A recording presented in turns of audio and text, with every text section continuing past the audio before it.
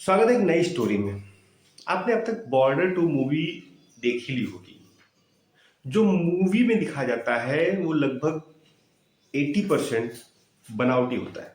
लेकिन हम आपको आज 1965 भारत और पाकिस्तान युद्ध की एक रियल स्टोरी सुनाएंगे जो बॉर्डर टू फिल्म का एकदम ट्रू वर्जन है। तो वीडियो पूरा लास्ट तक देखिए। अगर देशभक्त हैं तो चैनल को सब्सक्राइब करिए, शेयर करिए, साथ में बेल आइकन जरूर दबाइए जिससे आने वाली सारी नोटिफिकेशन आपको मिलती रहे और इस चैनल पर आपको क्राइम से रिलेटेड, फिल्म से रिलेटेड सारी स्टोरी आपको मिलती रहेंगी। चलिए रियल बॉर्डर टू हम एक्सप्लेन करते हैं। साल था 1965। भारत पाकिस्तान युद्ध, जिसे द्वितीय कश्मीर युद्ध के नाम से भी जाना जाता है, अगस्त 1965 से सितंबर 1965 तक पाकिस्तान और भारत के बीच यह सबसे बड़ा युद्ध माना जा रहा था। पाकिस्तान के असफल ऑपरेशन जिब्राल्टर के बाद शुरू हुआ, जिसका उद्देश्य जम्मू और कश्मीर में सेना की घुसपैठ कराकर भारतीय शासन के विरुद्ध विद्रोह भड़काना था। 17 दिनों तक चले इस युद्ध में दोनों पक्षों की ओर से हजारों लोग घायल हो जाते हैं और द्वितीय विश्व युद्ध के बाद बख्तरबंद वाहनों की सबसे बड़ी झड़प और टैंकों की सबसे बड़ी लड़ाई देखने को हमें भारत और पाकिस्तान युद्ध में मिल जाती है, जो आपको बॉर्डर टू फिल्म में भी दिखाया गया है। साथ ही सोवियत संघ और संयुक्त राज्य अमेरिका के राजनीतिक हस्तक्षेप और उसके बाद ताशकंद घोषणा के जारी होने के बाद संयुक्त राष्ट्र सुरक्षा परिषद के प्रस्ताव 211 के माध्यम से युद्ध विराम की घोषणा के बाद दोनों देशों के बीच शत्रुता समाप्त हो गई थी। युद्ध का अधिकांश भाग कश्मीर और भारत पाकिस्तान की सीमा पर दोनों देशों की थल सेनाओं द्वारा लड़ा गया था। सन 1947 में भारत और के विभाजन के बाद कश्मीर में सैनिकों का सबसे बड़ा जमावड़ा देखने को मिला, जिसकी तुलना में 2001 से 2 के बीच भारत और पाकिस्तान के बीच हुए सैन्य गतिविधियों के दौरान सैनिकों की संख्या सबसे अधिक थी। अधिकांश लड़ाइयाँ विरोधी पैदल सेना बख्तरबंद इकाइयों के बीच लड़ी जाती थी, जिन्हें वायुसेना और नौसेना अभियानों का पर्याप्त संसाधन माना जाता था। उस समय जब युद्ध विराम की घोषणा हुई तब भारत और पाकिस्तान पर जमीनी स्तर पर पलड़ा भारी था, लेकिन संख्यात्मक रूप से काम करने के बावजूद पीएएफ युद्ध क्षेत्रों पर हवाई श्रेष्ठता हासिल करने में कामयाब रहा। हालांकि दोनों देशों के बीच गतिरोध की स्थिति बनी रही, लेकिन इस संघर्ष को पाकिस्तान के लिए एक राजनीतिक एवं रणनीतिक हार के रूप में देखा जाना था, क्योंकि वह कश्मीर में विद्रोह भड़काने में सफल नहीं हुआ। इसके बजाय लाहौर की रक्षा में अपनी रणनीति बदलने के लिए वह विवश हो जाता है। भारत की सैन्य प्रतिरोध के अपने उद्देश्य को प्राप्त करने में विफल रहा और युद्ध विराम घोषणा करने से पहले ही वह अनुकूल सैन्य स्थिति का लाभ भी नहीं उठा सका। अगस्त 1947 में ब्रिटिश भारत के विभाजन के बाद पाकिस्तान और भारत के कई मुद्दों पर विवाद में रहे। हालांकि कश्मीर विवाद दोनों देशों को विभाजित करने वाला एक प्रमुख मुद्दा था। अन्य सीमा विवाद भी मौजूद थे। सबसे प्रमुख गुजरात राज्य का बंजर क्षेत्र कच्छ का रण था। यह मुद्दा पहली बार 1956 में उठा, जिसका अंत भारत द्वारा विवादित क्षेत्र पर पुनः नियंत्रण प्राप्त करने के साथ हुआ था। 1960 के दशक में पाकिस्तान ने 1954 में एक रक्षा समझौते पर हस्ताक्षर करने संयुक्त राज्य अमेरिका में $700 बिलियन की सैन्य सहायता की, जिससे पाकिस्तान के सैन्य उपकरणों का उल्लेखनीय आधुनिकीकरण हुआ था। भारत 1962 में चीन भारत युद्ध में हार के बाद भारतीय सेना ने कर्मियों और उपकरणों को बड़े बदलाव करने शुरू कर दिए थे। इस अवधि के दौरान भारतीय सेना की तुलना में संख्यात्मक रूप से छोटा होने के बावजूद पाकिस्तान के सशस्त्र बलों के पास वायु शक्ति और बख्तरबंद वाहनों के मामले में भारत पर गुणात्मक बढ़त बनी हुई थी, जिसका लाभ पाकिस्तान भारत द्वारा अपने रक्षा निर्माण को पूरा करने के लिए उठाना चाहता था।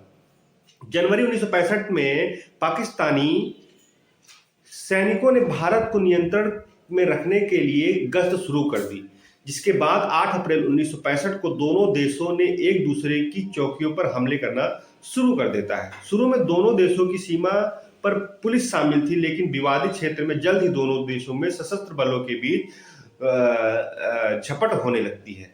पाकिस्तान ने ऑपरेशन डेजर्ट हॉक शुरू किया और कंजरकोट किले में सीमा क्षेत्र के पास कुछ भारतीय चौकियों पर कब्जा कर लिया। 1965 में ब्रिटिश प्रधानमंत्री हैरोल्ड विल्सन ने दोनों देशों को शत्रुता समाप्त कराने के लिए सफलतापूर्वक राजी कर दिया। दोनों देशों ने 30 जून 1965 को अंतर्राष्ट्रीय न्यायालय द्वारा अंतर्राष्ट्रीय मध्यता के मध्य में विवादित सीमा का निपटारा करने के लिए एक समझौते पर हस्ताक्षर किया। विवाद को सुलझाने के लिए एक न्यायाधिकार का गठन किया गया, जिसका फैसला 1968 ईस्वी में आ गया था। उन्होंने पाकिस्तान को कच्छ के रण का 780 वर्ग किलोमीटर यानी 301 वर्ग मील हिस्सा दिया गया, जबकि उसका मूल दावा 9100 वर्ग मील यानी 3500 वर्ग मील का था। इस अभियान के लिए पाकिस्तान का उद्देश्य भारतीय सरकार और सेना की प्रतिक्रिया का आकलन करना था और भारतीय बख्तरबंद वाहनों को पंजाब और कश्मीर के क्षेत्र से दूर कच्छ की और दक्षिण की तरफ खींचना माना जाता था। साथ ही 5 अगस्त 1965 ईस्वी को जब युद्ध शुरू होता है तो 6-7 अगस्त को भारतीय सेना ने पाकिस्तानी सैनिकों को कई स्तंभों के साथ झड़पें शुरू की, जिससे संचार लाइनों को काटने और समारोहों के दौरान स्थानीय लोगों के साथ घुल मिल जाने की कोशिश की। भारतीय सेना ने 15 अगस्त को युद्ध विराम रेखा पार की और श्रीनगर लेह राजमार्ग पर स्थित कई पहले से घुसपैठियों के लिए शिखरों पर कब्जा कर लिया। प्रारंभ में भारतीय सेना को काफी सफलता मिली और लंबे समय तक तोपखाने की गोलाबारी के बाद 3 महत्वपूर्ण पर्वतीय चौकियों पर कब्जा कर लिया। अगस्त के अंत तक पाकिस्तान ने तितवाल, उरी और पुंछ जैसे क्षेत्रों पर प्रगति कर ली थी। उरी पुंछ क्षेत्र में पाकिस्तान सेनाओं को प्रवेश की रोकने की इच्छा से सेना प्रमुख जयंतो नाथ चौधरी ने लेफ्टिनेंट जनरल के.एस. कटोच के नेतृत्व में 15वीं कोर में हाजी पीर दर्रे पर कब्जा करने के लिए आगे बढ़ने का आदेश दे दिया। लेफ्टिनेंट जनरल हरबख्श सिंह की देखरेख में ब्रिगेडियर जेड.सी. बख्शी के नेतृत्व में 68वीं इन्फेंट्री ब्रिगेड की भारतीय सेनाओं ने 28 अगस्त तक भारतीय प्रशासित कश्मीर में 8 किलोमीटर अंदर तक हाजी पीर दर्रे पर कब्जा कर लिया था। वहीं 1 अगस्त 1965 को पाकिस्तान ने ऑपरेशन ग्रैंड स्लैम नामक एक जवाबी हमला शुरू किया, जिसका उद्देश्य जम्मू के महत्वपूर्ण शहर अखनूर पर कब्जा करना था, जिसके भारतीय सैनिकों के लिए संचार और आपूर्ति मार्ग बाधित हो सके।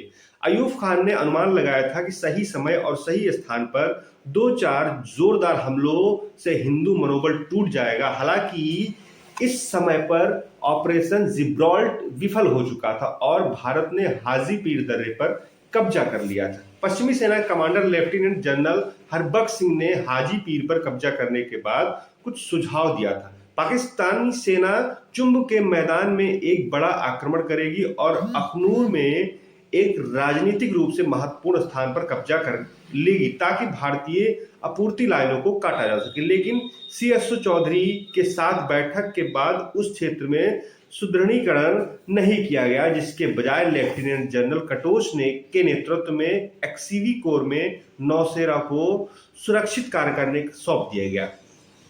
1 सितंबर 1965 को तकरीबन 3:30 पर पाकिस्तान द्वारा ऑपरेशन ग्रैंड स्लैम शुरू करने के साथ ही पूरा चुंब क्षेत्र भारी तोपखानों की बमबारी की चपेट में आ गया था। भारत का सेना मुख्यालय इससे अचंभित रहा। भारी संख्या में सैनिक और तकनीकी रूप से बेहतर टैंकों के साथ हमला करते हुए पाकिस्तान ने मेजर जनरल A.H. मलिक की कमान में भारतीय सेना पर बढ़त हासिल कर ली थी, जो अप्रस्तुत थी और उसे भारी नुकसान उठाना पड़ा। इसके बाद commander in chief general Mohammad Musa ने मेजर जनरल मलिक की जगह मेजर जनरल याहा खान को नियुक्त किया और मेजर